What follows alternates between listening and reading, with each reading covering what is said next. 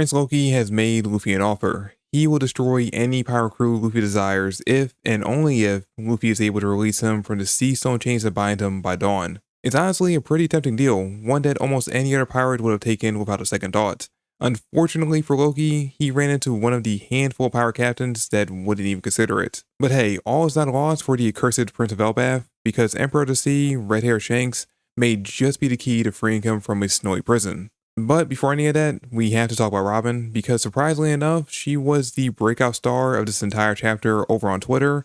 Literally every spoiler I saw on my timeline was just people gushing over her new look. All she did in this chapter was get a haircut to look more like she did pre-time skip, and yet this was the only thing I heard people talking about. Not Loki, not Luffy, or any of the other Straw Hats, just her. But I mean, to be fair, I do kind of get it. She does look incredibly adorable in that reveal shot. And this is the first time I can think of that we've ever seen Robin look that excited about anything.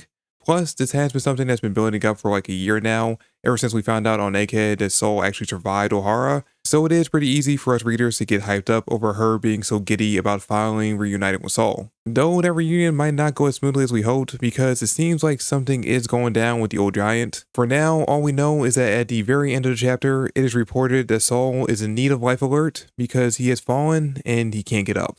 Alright, memes aside, this could be a couple of things. For one, this could be related to his injury from O'Hara, some kind of side effect of being frozen alive by Kuzan. Though, as far as I'm aware, no one else that we've seen be frozen by him has had any long-lasting lingering effects.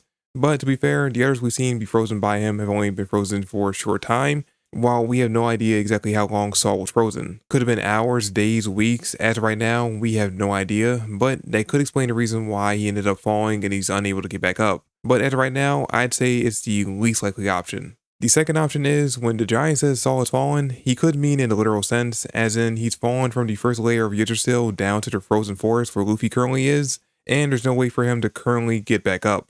I mean, I'm sure there's a way for the giants to climb back up the tree from the frozen forest, but maybe Saul fell to the part of the island that doesn't have access to that method, so as of right now he's stranded on the bottom layer. And if he is stranded, this could mean we might actually end up getting a meeting between him and Luffy, possibly after Luffy releases Loki from his chains. And then of course there's the third and funniest option. It could literally just be the meme where Saul has fallen to the ground and he can't get up on his own. Now, I don't think that Saul is that old in giant standards, at least not to the point where he's some kind of frail old man, but given Oda's tendency to make things that seem at first dramatic into comedic events, I could see a future where when we finally see him, he's simply resting like he's recovering from a cold. In fact, if I'm being honest, I kind of think that option 3 is the most likely option out of all of them to happen. So unless option 2 is the route that Oda decides to go, and we see Saul run into Luffy in the snowy forest, we most likely won't be coming back to this plot point again until Robin's half of the crew finally makes it to the island. So it's going to be a few chapters before we get an answer as to what's going on there, but I can say this, after the reaction to her in this chapter,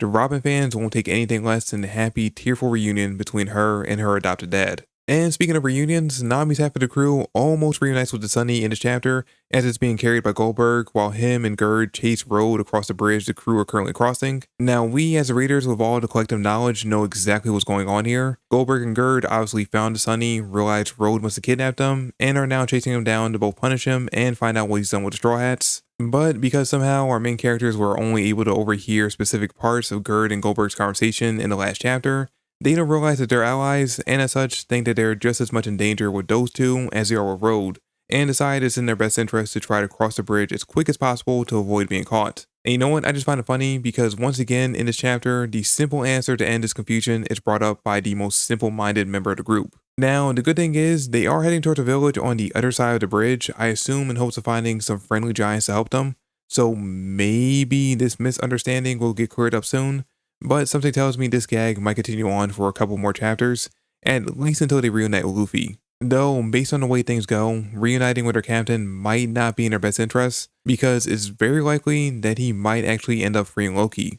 Like his namesake, the second Loki met Luffy and realized he was a pirate, he began trying to use lies and tricks to manipulate him, knowing that any normal pirate would jump at that kind of bargain, even if he never intended on following through with his side of the deal. Unfortunately for him, Luffy's not a normal pirate, as Loki quickly finds out during his monologue about essentially being the ruler of the realm of the dead, which is what they call the Snowy Forest, and that Luffy's only hope of surviving is to do as he demands, only for Luffy to easily turn around and befriend the very same wild beast that Loki was using to threaten him. So yeah, Loki's deal and all of his threats just go through one ear and out the other as Luffy completely ignores them, but he does end up showing his hand and giving Loki exactly what he needs to pressure Luffy into doing exactly what he wants. Because once Shanks is mentioned, Luffy immediately gets excited to find out he was and possibly still is on Elbaf, and once Loki begins to badmouth Shanks, Luffy jumps straight into Gear 4 and goes on the attack. Both of these responses show Loki that Luffy cares a great deal about Shanks, and that he is the key to getting Luffy to free him. Well, not the actual key. There is an actual key, but it's located somewhere in a village, most likely the same one we saw Nami's group heading towards, which means their reunion with their captain is likely around the corner. Though finding out that they're keeping the key inside a normal village was kind of surprising. You would think something that important would be kept locked away inside the castle,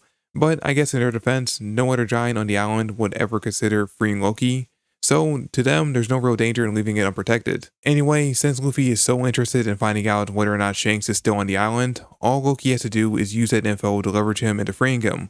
And since Loki is likely the antagonist of this arc, and can't really pose a threat while tied up, odds are Luffy will end up doing it, if for no other reason but to help progress the plot. And once he's free, things, they're going to get a lot more exciting. If it took all the warrior giants on Elbaf to capture him the first time, and keep in mind, according to Loki in this chapter, they were actually trying to kill him, then it's going to be even harder to stop him this time. Now, we do see that Haruden and his shipwright Staunton are down in the frozen forest hunting moose, though what they caught in the chapter looks much more like a furry T-Rex to me. But anyway, with them close by, maybe they can get to Luffy in time to stop him from freeing Loki, but odds are they'll just end up being his first victims. Either way, I could see an epic battle coming in our future. Luffy versus Loki, Sun God versus Sun God. Winner gets to keep the title. Loser has to cry home to mommy, which hey, that just means it's a win regardless for us, because if Luffy wins, then we're going to end up learning more about the Sun God from the Giants. And if he ends up losing, well hey, we'll finally get to see his mom. Please don't let it actually be Crocodile.